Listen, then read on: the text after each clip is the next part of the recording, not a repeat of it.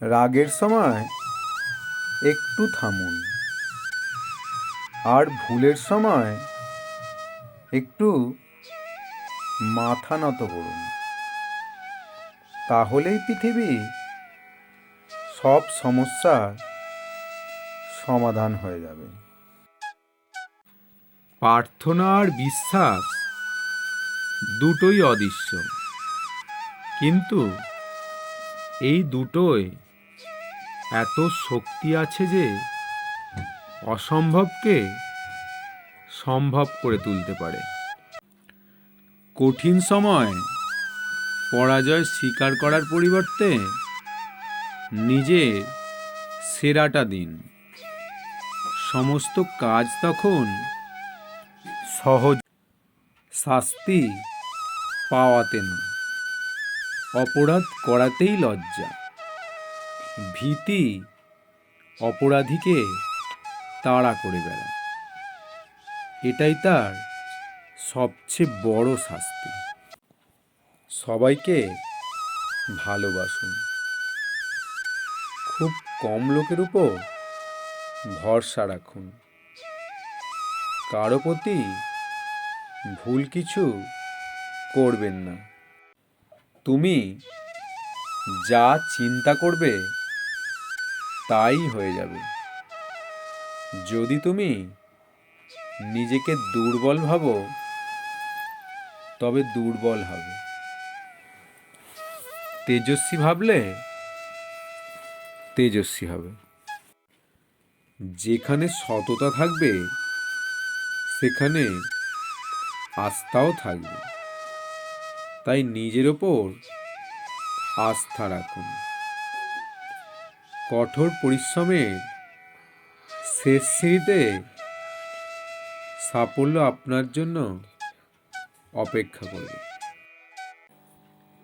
যে দোষ করে ক্ষমা চায় সে সাহসী। যে প্রতিশোধ না নিয়ে ক্ষমা করে দেয় সে শক্তিশালী। আর যে সব ভুলতে পারে সে সুখী।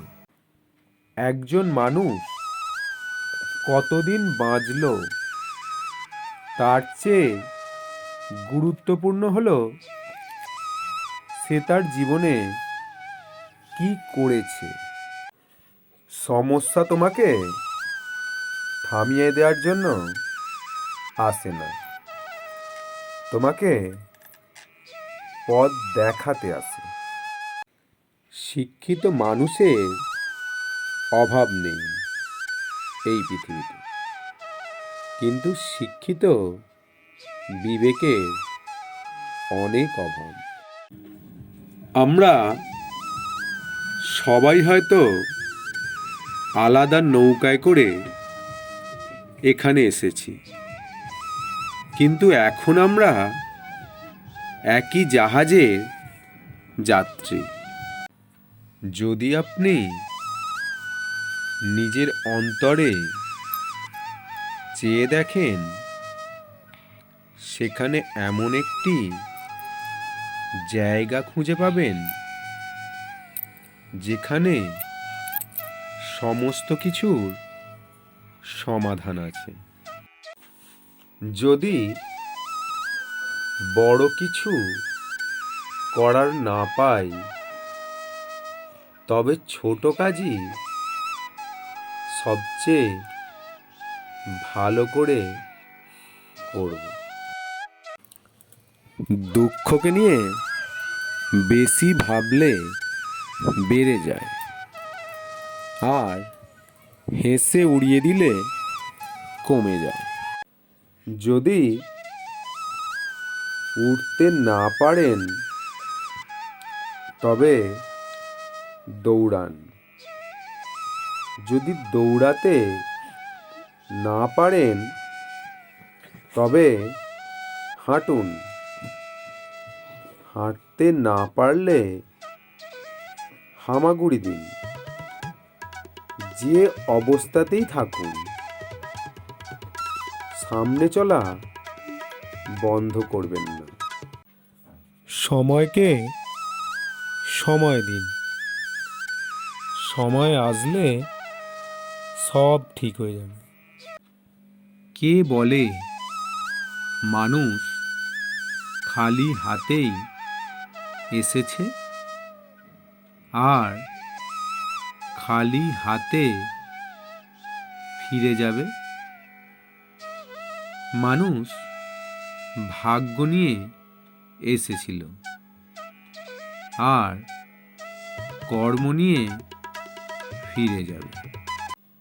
রাগ আর ঝড় দুটোই সমান, থেমে গেলে বোঝা যায় ক্ষতি কতটুকু হয়েছে। একজন মানুষকে তার উত্তর নয়, তার প্রশ্ন দিয়ে বিচার করুন। কপালে সুখ লেখা না থাকলে সেই কপাল পাথরে ঠুকেও লাভ নেই। এতে কপাল যথেষ্টই ফোলে, কিন্তু ভাগ্য একটুও খোলে না।